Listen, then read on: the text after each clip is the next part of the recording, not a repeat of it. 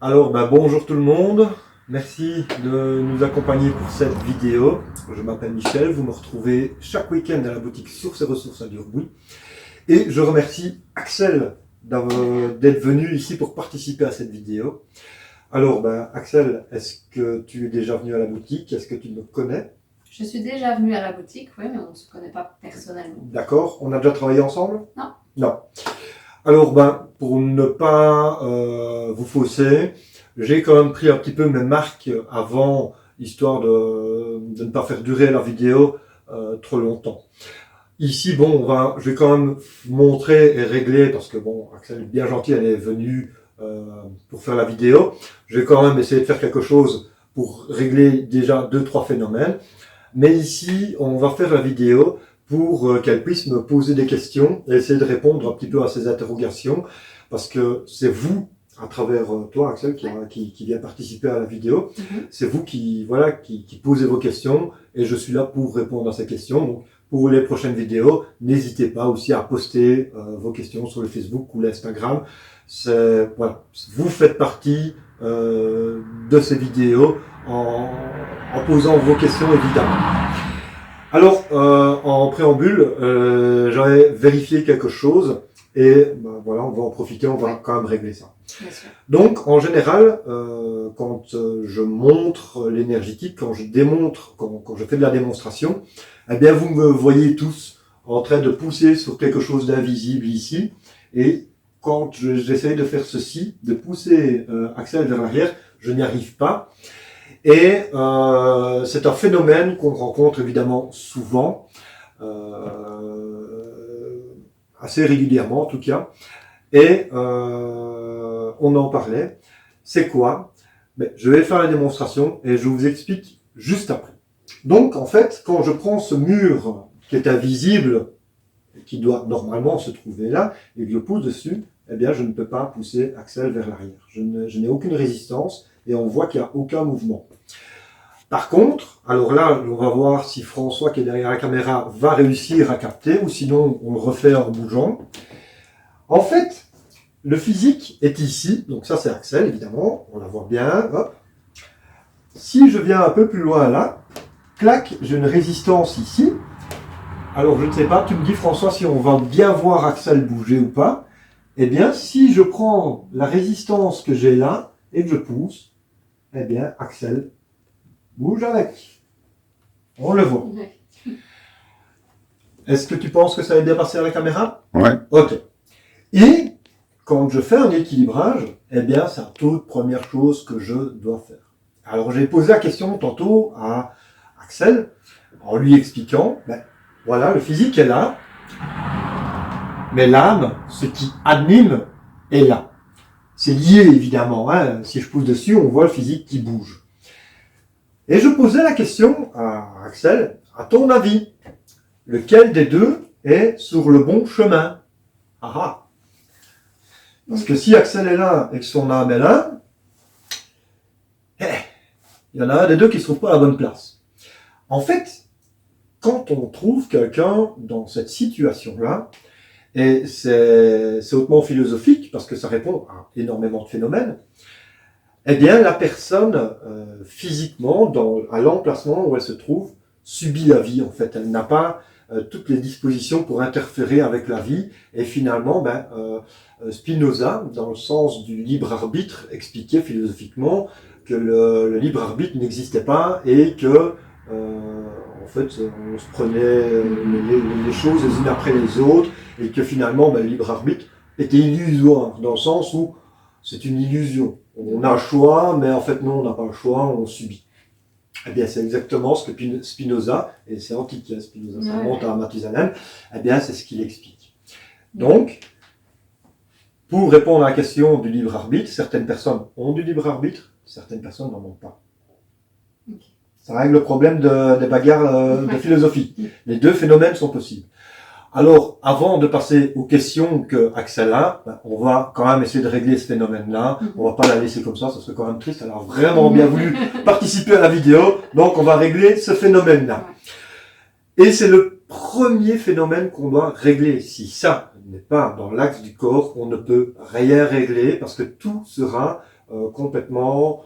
Il y aura des incohérences dans tous les phénomènes, donc on est obligé de commencer par là. Alors je quitte le champ 2 secondes et je reviens. Ah ben non, j'en ai. Ouais, non, ça, j'ai ici ce qu'il faut sous la main. Mais un peu ça. En main. Oui, pour mes équilibrages, je le fais toujours avec les pierres. Alors n'allez pas avoir en lithothérapie, ça, ce que je fais ne concorde en rien avec ce que vous allez lire dans les bouquins. Mais ici, je peux faire les démonstrations que ça fonctionne. Donc, logiquement, ceci doit rentrer dans l'axe du corps.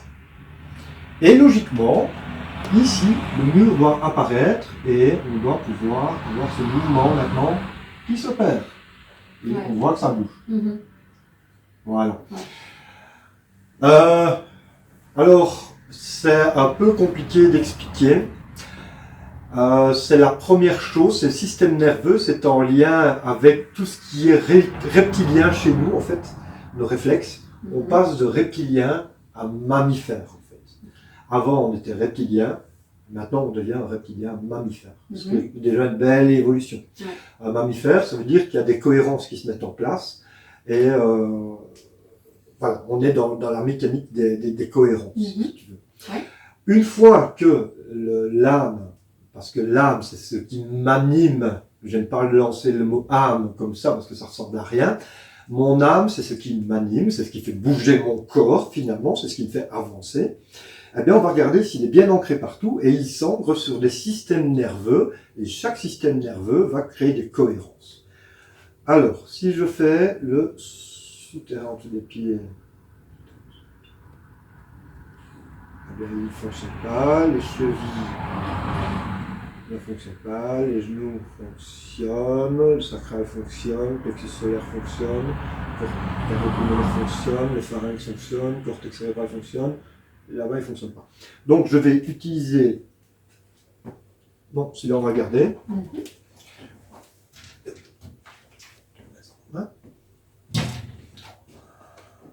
Et maintenant, quand on pousse dessus, donc c'est le système nerveux qui se trouve en dessous des pieds en fait. Ça.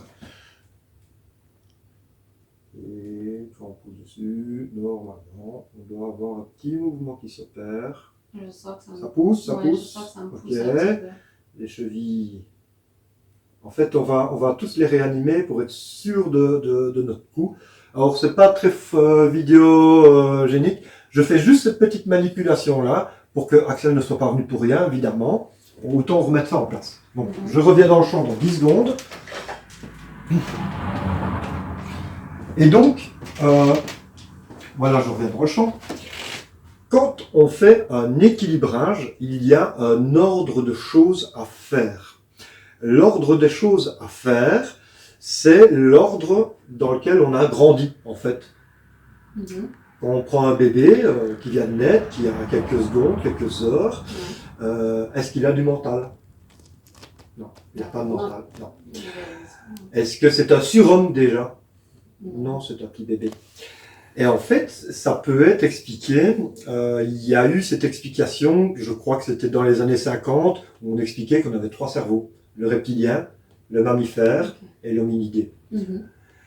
Alors évidemment, c'est complètement réfuté par la médecine, évidemment, parce que les médecins regardent le physique, mais il est totalement valable pour les psychologues et il est totalement valable pour l'énergéticien que je suis. Eh bien ici, on passe de la partie reptilienne. Donc vous prenez un bébé, il a des réflexes reptiliens, des réflexes de survie. En général, on dit à un bébé, vous le jetez dans l'eau, il nage. C'est vrai. Un petit chat qui vient de naître, qui a quelques secondes, vous le jetez dans un seau d'eau, il nage, hein, le petit chat. C'est incroyable, c'est comme ça. Donc ça, c'est des réflexes de survie, c'est des réflexes reptiliens. Et très vite, il devient mammifère. Mais il faut que ces cohérences se mettent en place, en fait. Par exemple, une incohérence qui continue à perdurer, ben c'est une peur incohérente. C'est quoi une peur incohérente? C'est une phobie. Eh bien, les gens qui ont une phobie, c'est une incohérence qui persiste, en fait, qui n'a pas été complétée ici. Ah, d'accord. Par exemple, voilà. Un enfant, en médecine traditionnelle chinoise, une peur, ça se marque à la vessie. Et donc, les enfants qui ont peur du noir, pipi au lit, eh bien, c'est une incohérence, un manque de tonicité à la vessie parallèlement, et ainsi de suite. Vous voyez? Ok. Eh bien, ça, c'est le système nerveux, par effet de plexus, par nœud nerveux. Eh bien, il y a ce plexus-là qui est en dysfonction, et donc avec des incohérences qui sont persistantes. Ok. Et quand le corps, comme tantôt, était entièrement à côté, eh bien, on n'a pas ce libre arbitre, et alors là, c'est plein de phénomènes incohérents, et on n'arrive pas à intervenir, à interréagir avec du libre arbitre dans le monde qui nous entoure. Ouais. Alors, je continue. On avait donc le quartz Morion, celui-là. Ah oui, je ne donne pas les noms des pierres. C'est pour garder un tout petit peu de suspense quand même pour mes formations. Faut pas déconner. Je fais un peu de pub pour ma formation aussi. Un petit peu commerçant quand même. Faut pas déconner. Alors, maintenant, ce que je veux voir, c'est est-ce que j'ai vraiment de l'appui pour pousser dessus? Est-ce qu'on voit vraiment que ça change? Ouais. Ah ouais, là, maintenant, ça pousse. Ouais. Hein. Voilà. Donc, Ouais. on va pas tricher. Hein. Non. On triche pas. Je suis lourde en fait, je sens que. Ouais, on pousse. Hop. Et maintenant, Ouais. on peut pousser. Au départ, je n'avais aucune possibilité de pousser. Parce qu'il n'y avait rien, pas de champ, pas de. Ah oui. Il n'y avait aucun rayonnement possible. Et donc, si j'allais me promener à 1,50 m à côté d'Axel, là, j'aurais pu le faire aussi. Mais le but, c'est que ce ne soit pas à côté. C'est que ce soit Axel qui puisse interférer dans la vie de tous les jours. Ouais. Je vais juste les bouger, on va voir si ça se maintient. Donc, des fois, les pierres, on les met en main, ça règle le problème, on retire la pierre, le phénomène tient, D'accord. bingo. Ok. Hein, des fois, ça se règle aussi vite que ça. Alors, les chevilles inférieures fonctionnent. On va regarder, à chaque fois, je vérifie, je bouge la pierre, je regarde si ça reste. Ça a l'air de maintenir. Ouais. Ça a l'air de se tenir. Et on voit toujours bien que ça bouge. Ouais. Et quand je pousse dessus. Ouais. J'arrive pas à faire C'est méchant. hyper mécanique. Encore une fois, j'accepte que c'est bizarre, que le mental ne l'accepte pas, mais c'est de la mécanique. Le mental, il ne supporte pas ce qu'il ne comprend pas. C'est clair. Ouais.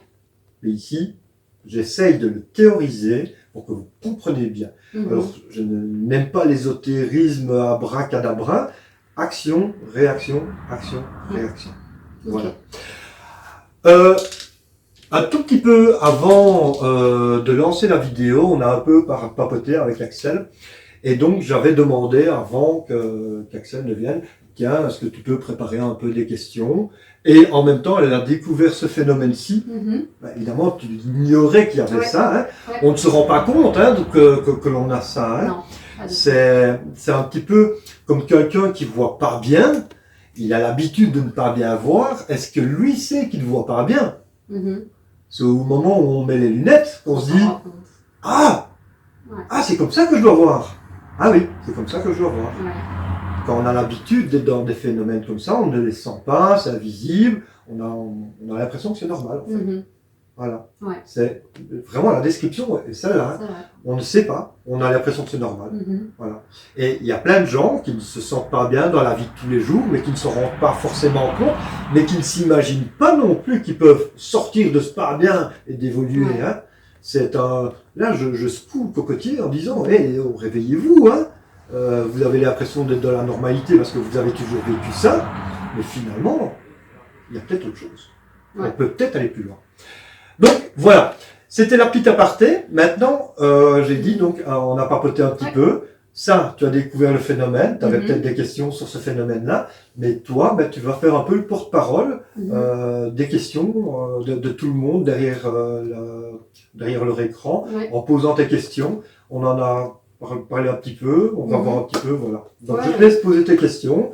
Et ça sera probablement très opportun pour tout le monde. Que j'y réponde si j'ai la réponse. Hein. Si j'ai pas la réponse, voilà. Donc voilà. Si tu as besoin de ton petit copion, parce que je crois que tu avais noté des questions oui, ou c'est pas. vrai, mais maintenant, à revivre ça, je repense à ma question. je n'étais pas au courant que mon âme était plus loin. Ça, on ne s'en rend pas forcément Non. compte. Du coup, je me dis, est-ce que des événements de la vie peuvent influencer ce phénomène? Oui, oui et non. Alors, il y a des personnes qui sont comme ça constamment, et ils passent toute une vie comme ça, sans s'en rendre compte. Okay. Et comme je disais, ces personnes subissent la vie de A à Z tout le temps. Ce sont des personnes qui sont, comment dire, qui ne sont pas actives dans leur vie, mais qui subissent, ce sont des victimes de la vie malheureusement. N'entendez pas, il ne faut pas entendre que j'accuse ces personnes, loin de là, ce n'est pas de leur fait, ce n'est pas de leur responsabilité. Mais dire qu'on peut changer cet événement-là, et ce sont deux préambules de départ en énergétique. Est-ce que je suis victime ou est-ce que je suis acteur de ma vie? Ça, c'est le choix de la personne. Si la personne est acteur de sa vie, eh bien, elle veut engendrer du changement. Si elle est victime, elle se laissera faire et voilà. Alors, il peut y avoir plein de phénomènes vis-à-vis d'une personne, des fois. Alors, n'entendez pas que la personne qui est en face de vous est mauvaise, méchante. Non, ça n'a rien à voir. Dans les gens qui nous entourent, il peut y avoir des gens très proches qui fait que moi, imaginons que j'ai une charge négative ou que tu aies une charge négative, eh bien ton plan va décaler et mon plan va décaler. Et c'est comme ça que dans les couples, des fois ça ne matche pas bien parce que son chemin part d'un côté et mon chemin part de l'autre en fait. Les chemins se croisent mais ne se rencontrent pas. Ça c'est un phénomène qu'on rencontre régulièrement. Il y a toujours moyen de régler ça. Des fois, d'un coup de baguette magique, ça se règle. Mais des fois, il faut un peu gratter, savoir en deux personnes, c'est quoi ce phénomène-là. Ça prend un peu plus de temps, mais ça marche. C'est toujours jouable. Les lieux, certains lieux peuvent faire que ça décale.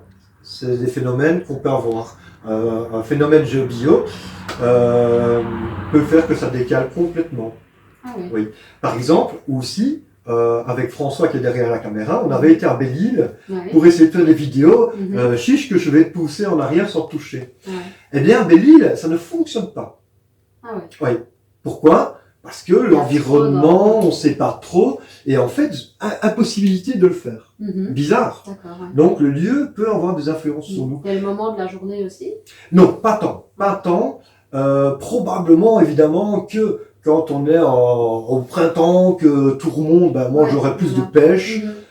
Voilà, mais ça c'est un peu logique, c'est ce qu'on a oublié, c'est nos cycles classiques, je vais dire.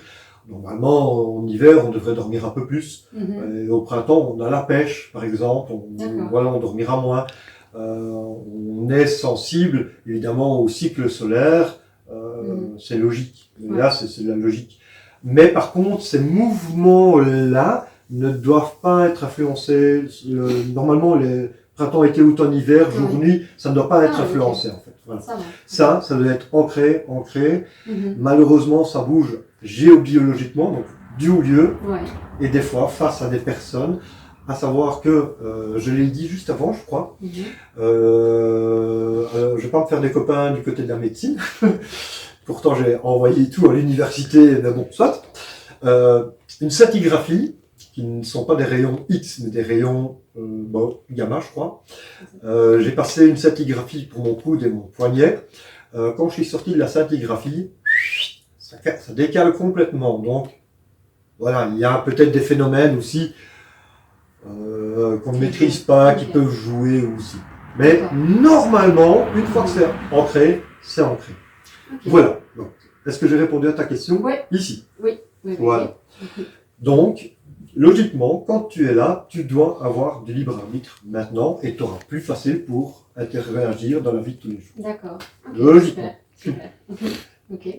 Avec une autre question. Oui, ce phénomène qu'on vient de vivre, ça peut être une douleur pour certains. Donc je me demandais si l'énergie pouvait enlever les douleurs qu'on avait. Ça ne crée pas de douleur. En fait, une douleur, alors si vous tombez par terre, que vous cassez le coude, c'est pas moi qu'il faut venir voir, hein. Vous allez aux urgences, ça n'a rien à voir. Comment se crée une douleur? Et puis, encore, faut séparer ce qui est physique de ce qui est énergétique. Alors là, il y a un moment, des fois j'essaye de régler des problèmes et puis je renvoie les gens chez le médecin disant c'est pas moi qu'il faut aller voir, c'est le médecin. Il faut être très honnête par rapport à ça. En fait, tout le monde connaît les chakras.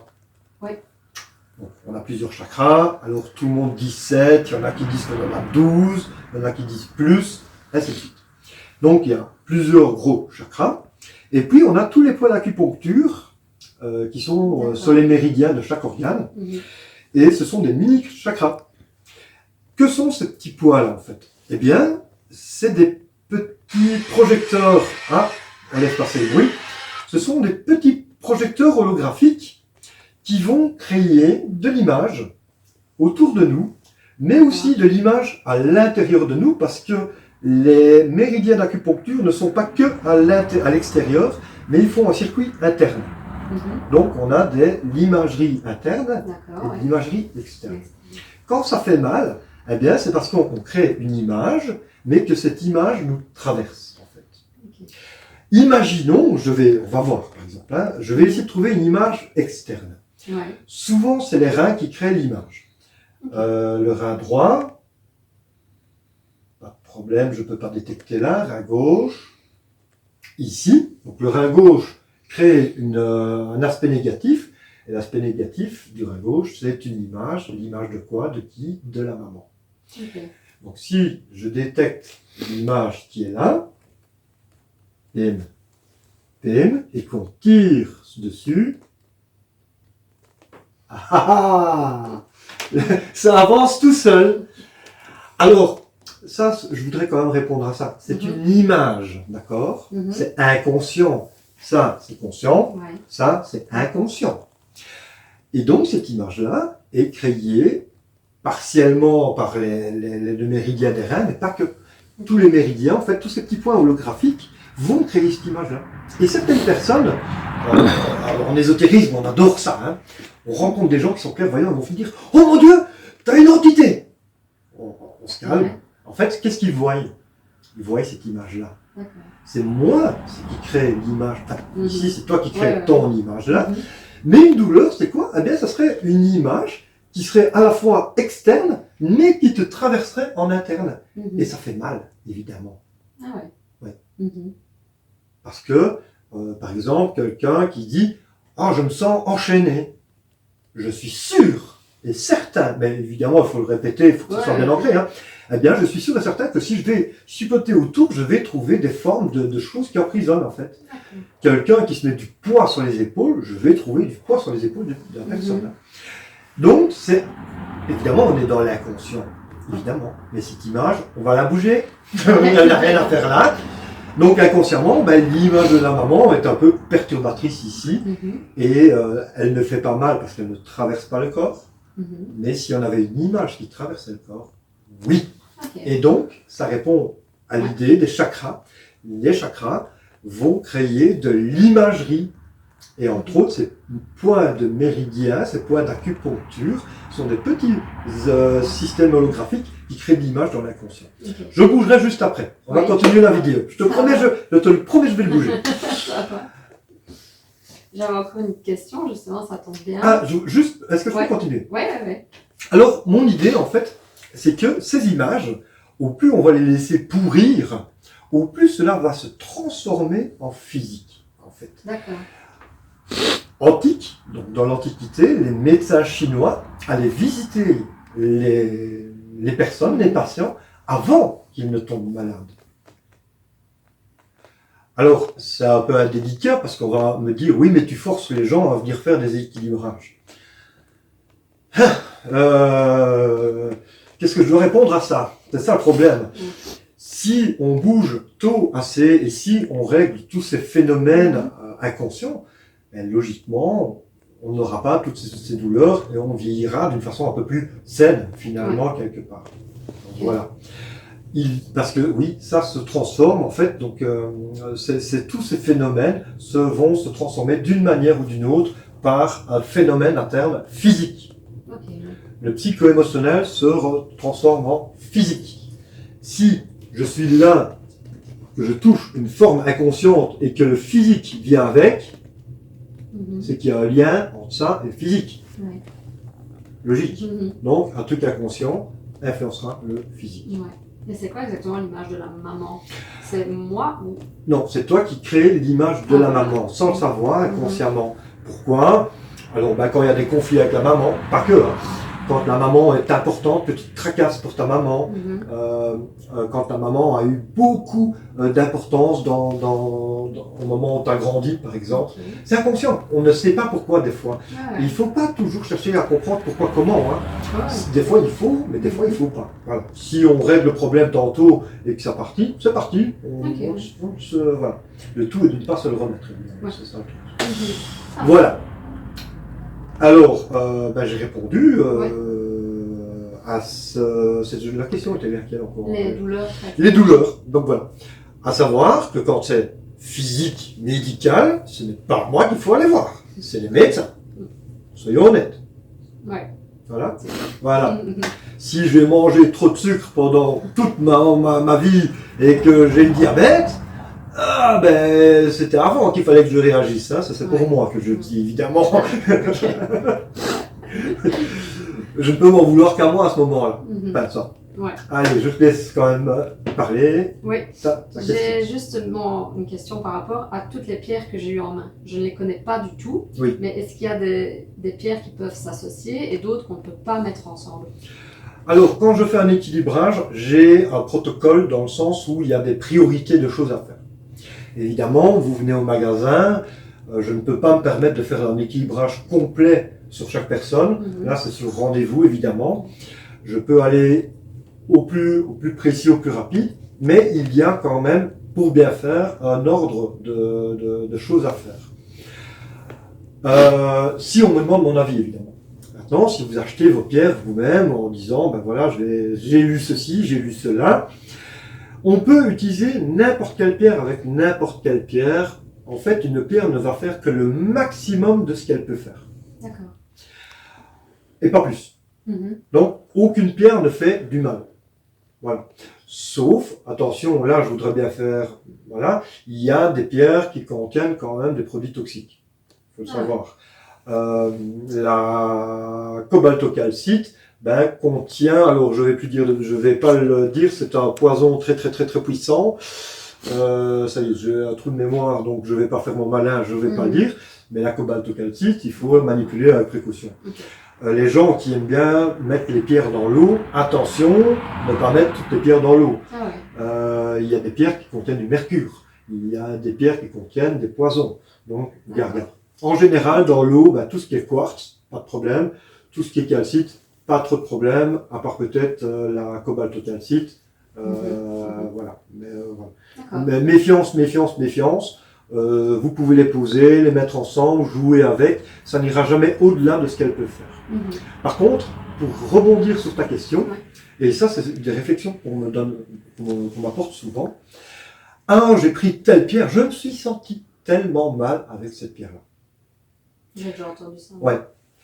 On n'a pas un seul déséquilibre. C'est un vrai foutoir autour de nous. Et on en est responsable.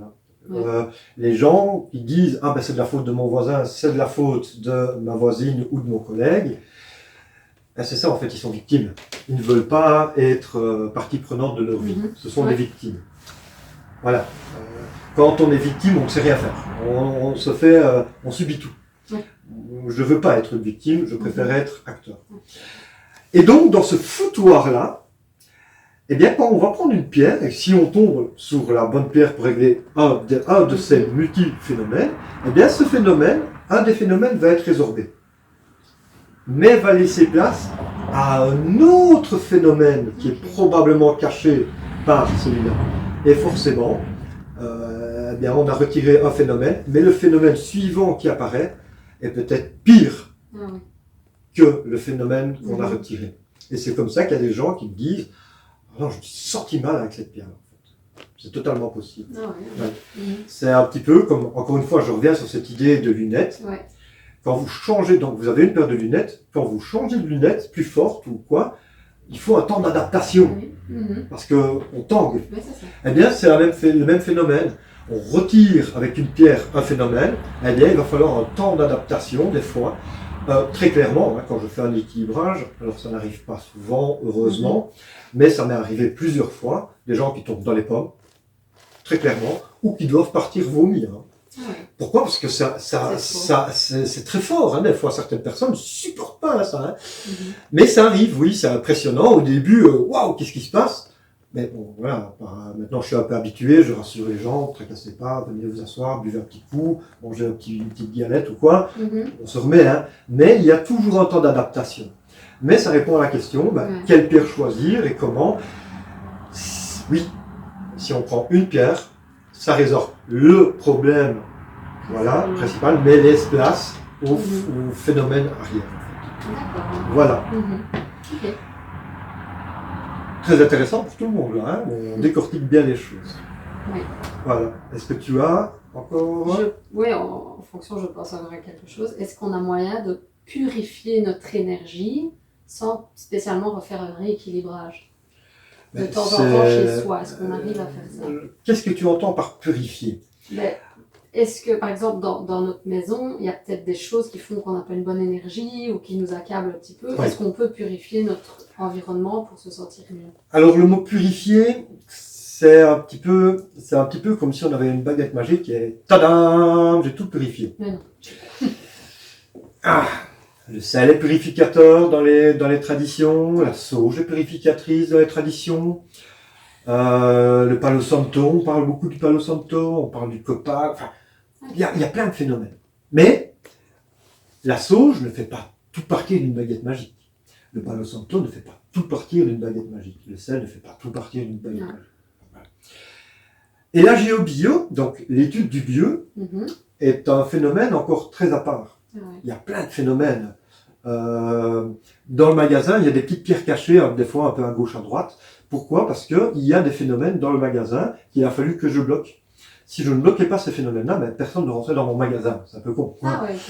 À la maison, j'ai dû chipoter beaucoup à la maison pour faire la géobio de ma maison parce qu'il y a des phénomènes qui faisaient qu'on était stressé, énervé, on ne se sentait pas bien, tout le monde. Il a fallu régler ces phénomènes. Ce n'est pas de la purification, c'est on règle des phénomènes du lieu. Qui sont vraiment en lien avec le lieu. Après la purification, je crois que c'est un peu compliqué. Le Palo Santo, ça fait partir un petit peu toutes les idées noires, ce qui m'accable quand j'ai pas le moral. Mais ça ne fait que ce phénomène-là. D'ailleurs, le Palo Santo, quand je l'allume au magasin, tout le monde qui rentre dans le magasin me dit « Ah, ça sent super bon, c'est très agréable, ainsi de suite. » Tout le monde adore le Palo Santo. Par contre, quand je fais la sauge au magasin, la moitié des gens qui vont rentrer dans le magasin vont faire demi-tour et partir. Donc, c'est un peu bizarre. Et là, pour le coup, tout ce qui est encens, sauge et tout ça, je suis pas un expert. Par contre, la géobio change énormément de choses. Pour l'instant, je suis en train de faire quelques tests de mon côté à la maison sur les encens. Quand je sais pas, je dis simplement je sais pas. Je trouve que c'est plus honnête. Voilà. Par contre, quand je sais, alors là, j'y vais. Mais la purification, tout le monde a un petit peu sa petite popote magie, je vais dire. Voilà. Et il ne faut pas confondre purifier, par exemple, les pierres. Quand on parle des pierres, purifier une pierre et faire une décharge de pierre et recharger une pierre. Ça, c'est complètement différent. Ce sont trois phénomènes bien distincts l'un de l'autre. Décharger une pierre, c'est quand il y a des charges négatives qui se mettent sur la pierre. Comme sur nous, une charge négative, c'est quoi? Quand on a l'électricité statique, surtout avec ton pull, quand on s'électrocute l'un l'autre, c'est une charge négative. En fait, c'est hyper stressant pour nous. Donc la seule solution, c'est de créer une décharge. Sur les pierres, pareil. Mais comment est-ce qu'on fait? Soit on va, nous, à la douche, donc on prend les pierres, on les passe un petit peu sous l'eau, ou alors on se met pieds nus contre un sol humide, ça se décharge tout seul. En fait, pourquoi est-ce qu'on a de l'électricité statique? Pourquoi est-ce qu'on a une charge négative? Parce qu'on est avec des godasses caoutchouteuses sur des sols synthétiques qui ne mettent pas à la terre, en fait. Et d'autant plus, les pierres, elles viennent de où? Du sol. De la terre. Voilà. Donc, ça, c'est ce qu'on appelle une décharge. Donc, c'est une charge négative qui se met sur nous, qui nous stresse. C'est stressant. Et les pierres, ça les stresse aussi. Donc, on les pose contre un sol humide, un pot de fleurs en général. Toutes les pierres n'aiment pas l'eau, donc voilà, pour être sûr de son coup, prenez toutes vos pierres au pied de la plante, elle retourne un petit coup à la terre, c'est pas plus mal, bingo, la pierre. Et en même temps, c'est quoi la recharge d'une pierre? Ah ben, on va répondre directement à cette question-là. Mais quand tu es fatigué, tu fais quoi? Je dors. Et voilà, vous avez la réponse pour vos pierres. Pareil. On peut l'expliquer, par exemple, on a tous entendu parler de gens qui arrêtaient leur montre. Ils mettent une montre et ils arrêtent leur montre. J'ai entendu parler de ça? Non. Non? La montre à quartz. Ah. Avant, les montres, on parlait de montres à quartz. Voilà, on remplaçait la pile, on mettait un quartz à la place. Le quartz, c'est piézoélectrique par essence, par nature, c'est la nature physique-chimique du quartz. Et les gens mettaient leur montre, hop, et la montre s'arrête. Prenez votre montre, vous la mettez dans un tiroir peinard dans un coin, vous arrivez une semaine après, normalement elle est censée redémarrer. Ah ouais, d'accord. Pourquoi? Parce que ça récupère tout seul, simplement. Voilà. Et les pierres, c'est ça. De temps en temps, elles fatiguent. Bien, on les prend toutes au pied de la plante. À la fois, elles déchargent et à la fois, on les laisse peinard se reposer et elles reprennent de vigueur toutes seules, simplement. Ah ouais, ok. Et la purification, alors pour répondre à ta question, alors là, ben, tout le monde a sa petite popote magique, la sauge, le sel. Alors, pas mettre les pierres contre le sel, parce que le sel c'est très abrasif, très agressif. Donc à proximité, le sel c'est quand même ça rayonne assez bien. Donc à côté du sel, pas trop près. La sauge, faites vraiment ce que vous voulez. Là, j'ai pas d'avis technique. En général, posez les pierres contre un sol humide, laissez-les à peine retenties, vous les récupérez le lendemain. Et c'est parti mon kiki. Simplement. Ok. Voilà. Bon, ça va. Tout bon. Le plus simple possible. Il faut pas. Là, je vais déborder, je vais être un peu méchant, je suis désolé. Est-ce qu'un quartz peut recharger un quartz? Je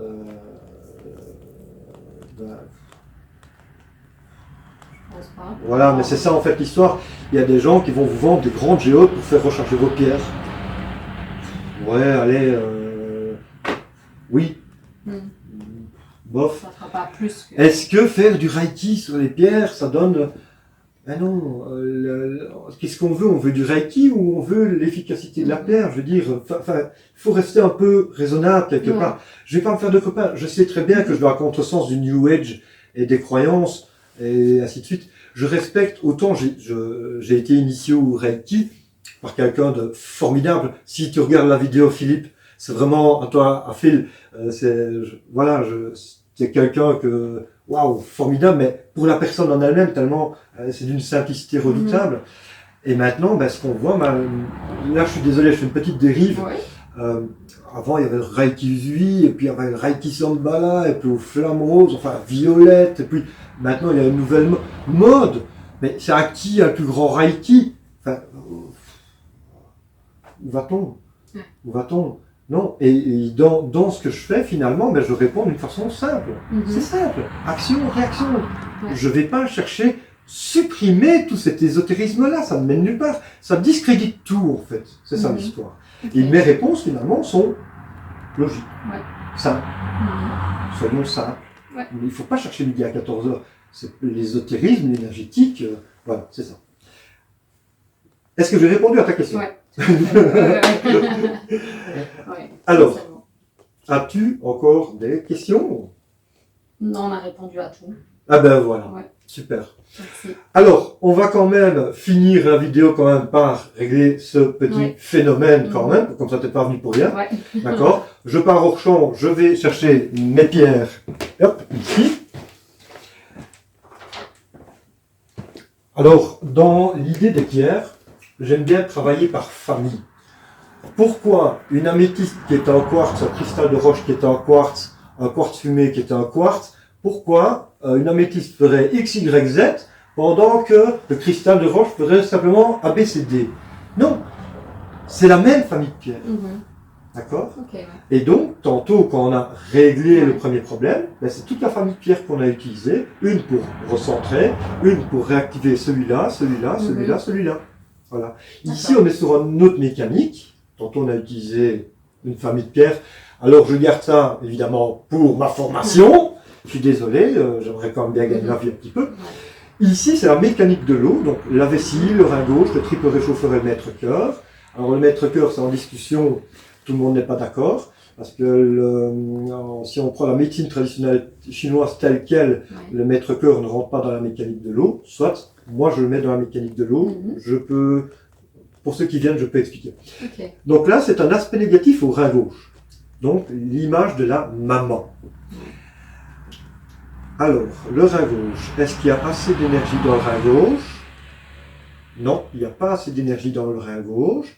On a bougé l'image négative du rein gauche. Donc, si je reviens ici, je n'ai plus de résistance, je ne peux plus rien faire. Par contre, pour te remettre, avoir les reins solides, Ouais. pour ne pas être déstabilisé, pour être, voilà, avoir cette... on dit que l'énergie des reins, c'est cette fameuse énergie vitale. Ouais. Hein, eh bien, on va quand même aller les rebooster un petit peu. Le manque d'énergie des reins, en fait, se met ici et ici. Donc, si je prends quelque part par là, je dois trouver... Et voilà. Ouais. On voit que ça tire. Ouais. Okay. Et donc, cette énergie-là et là, on va les faire re-rentrer dans les reins. Donc, vous dire que c'est le foutoir hein, chez nous, hein, c'est pas pour toi, que ça d'une façon générale. Ce qui se trouve là nous appartient, hein, t'appartient à toi. Et je dois probablement avoir aussi le cordonnier n'est pas toujours le mieux chaussé. Hein. Donc, on remet ça en place et tu vas voir, plac, les reins vont être beaucoup plus solides, tu seras beaucoup moins vite déstabilisable et tu auras une façon d'avancer qui sera beaucoup plus de sûreté en toi. Ouais, parce que qu'est-ce qui attaque les reins? C'est les doutes. La vessie, les peurs, et les reins, les doutes. Ah. Les doutes ne sont pas bons, la remise en question est extraordinaire. Je reviens dans le champ dans 10 secondes. Tom. Voilà.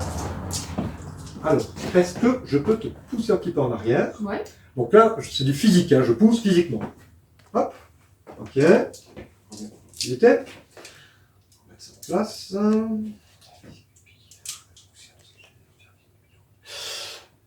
Logiquement, on va laisser 10 secondes le temps que ça se remette en place. Est-ce que j'ai de l'énergie dans les reins? Donc quand je pousse sur les reins, maintenant, on peut pousser easy, facile. Par contre, si maintenant je te repousse une fois vers l'arrière, j'espère qu'il n'y a pas trop d'autres dérèglements pour avoir le résultat. Ça tient. Ouais. Ça tient. Ouais, je le perds moins. Ça tient. Ça, c'est solide, là. Hein. Ouais. Voilà. Ça, c'est solide. Mais donc, un résultat énergétique va se vérifier toujours par un résultat physique. Okay. Et les pierres ne fonctionnent pas sur le physique, elles travaillent sur l'énergétique et le physique s'en ressent. Okay. Toujours. Donc, dire une pierre travaille sur un organe. Pourquoi? Parce qu'en médecine traditionnelle chinoise, on a dit tel organe étant un aspect psycho-émotionnel, mais si on va proposer ça à un médecin, il va vous prendre pour un gros débile, évidemment. Ben oui, la pierre n'agit pas sur l'organe, elle agit là et s'en ressentira physiquement, évidemment. Quand je parle d'estomac, c'est parce que la médecine traditionnelle chinoise a appelé qu'il y avait des méridiens de l'estomac, que l'estomac a une activité psycho-émotionnelle qui bouge autour de nous, mais la pierre ne va pas taper sur l'estomac. Elle tapera là, et aura physiquement, indirectement, une incidence sur le physique. En fait. C'est pour être vraiment le plus juste. Est-ce que ça t'a plu? Est-ce que tu as autant de questions qu'au départ, plus, moins? Est-ce que j'ai répondu? Les questions sont venues au fur et à mesure. Ben voilà. Alors j'espère évidemment qu'on a répondu également à vos questions. Tout grand merci Axel d'être venu participer à cette vidéo. J'espère qu'on a répondu à vos questions. Tout grand merci. Si vous voulez participer à des vidéos, peut-être plus tard, là j'ai encore beaucoup de gens qui viendront faire des vidéos. Si vous avez des sujets, surtout, n'hésitez absolument pas à me les faire connaître. Voilà, on a plein de projets en tête, si faire des émissions comme ça, des lives, Les lives, ça serait bien en week-end, si vous avez un peu de temps libre, que je suis au magasin. Si vous voulez faire des lives avec moi, voilà, n'hésitez pas. Vous êtes les bienvenus. Faites savoir. S'il vous plaît, partagez, partagez, partagez, partagez. Il faut que ça se sache. Il faut qu'on remette ça en place. C'est une évolution. Hein. Ouais. C'est tout le monde doit évoluer là maintenant. Hein. On est dans un monde qui ne tourne pas rond et c'est à chacun d'entre nous de changer finalement. Si on change, tout change. Si on attend que l'autre change à notre place, rien ne se passera. C'est à nous de changer en fait. Systématiquement. J'engendre, moi, le changement. Tu vas engendrer le changement. Pourquoi? Parce que tu changes. Si je change, voilà, et ainsi de suite. Si on attend que l'autre change, on n'arrive nulle part. Je suis responsable. C'est ça. Voilà. Un tout grand merci. À très bientôt à Durbuy. Et encore une fois, une dernière. Merci à toi, Axel. Merci aussi. Merci beaucoup.